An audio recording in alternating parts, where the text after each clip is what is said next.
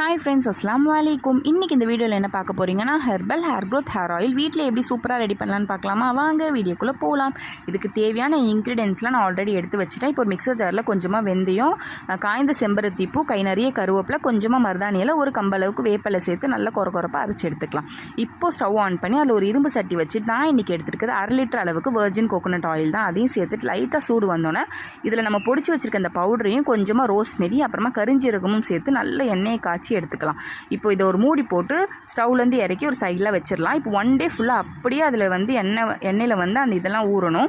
So next day இந்த மாதிரி ஒரு வடிகட்டி வச்சு இது மேலே ஒரு நைஸான கிளாத் போட்டு காய்ச்சி வச்சிருக்க எண்ணெய் அதில் ஊற்றி நல்லா ஸ்பூனால் ப்ரெஸ் பண்ணி நல்லா வடிகட்டிக்கலாம். இதை கொஞ்ச நேரம் அப்படியே விட்டிங்கன்னா அதில் இருக்க எக்ஸஸ் ஆயில் எல்லாமே ட்ரைன் ஆகிடும். ஸோ இதை வந்து ஒரு பாட்டிலில் ஸ்டோர் பண்ணி வச்சுக்கலாம். வீக்லி ட்வைஸ் வந்து குளிக்க போகிறதுக்கு 1 hour முன்னாடி நல்லா அப்ளை பண்ணிவிட்டு மசாஜ் பண்ணிவிட்டு குளிச்சிங்கன்னா ஹேர் க்ரோத் ரொம்பவே நல்லாயிருக்கும்.